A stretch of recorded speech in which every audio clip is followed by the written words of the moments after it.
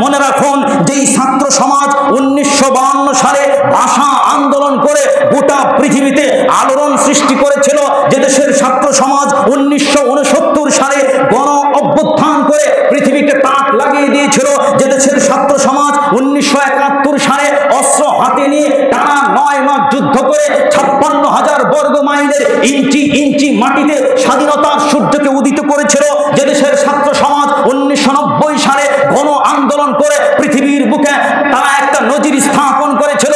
2024 সালে আবার 56,000 বর্গ মাইলের ইঞ্চি ইঞ্চি মাটিতে প্রতিটি শিক্ষাঙ্গন থেকে ছাত্র সমাজ জেগে উঠেছে। খোদার কসম, বাংলার ইতিহাস বলছে, ছাত্র সমাজ যখন জেগেছে কোন স্বৈরাচারী, কোন জালেম টিকতে পারে নাই। আল্লাহর কসম, বর্তমানেও সমস্ত মানুষের বদদোয়া আর এই দেশের ছাত্র সমাজের গণ আন্দোলনকে রুখে দিয়ে আপনার টিকে থাকার সুযোগ থাকবে না, থাকবে না, থাকবে না, ঠিক না?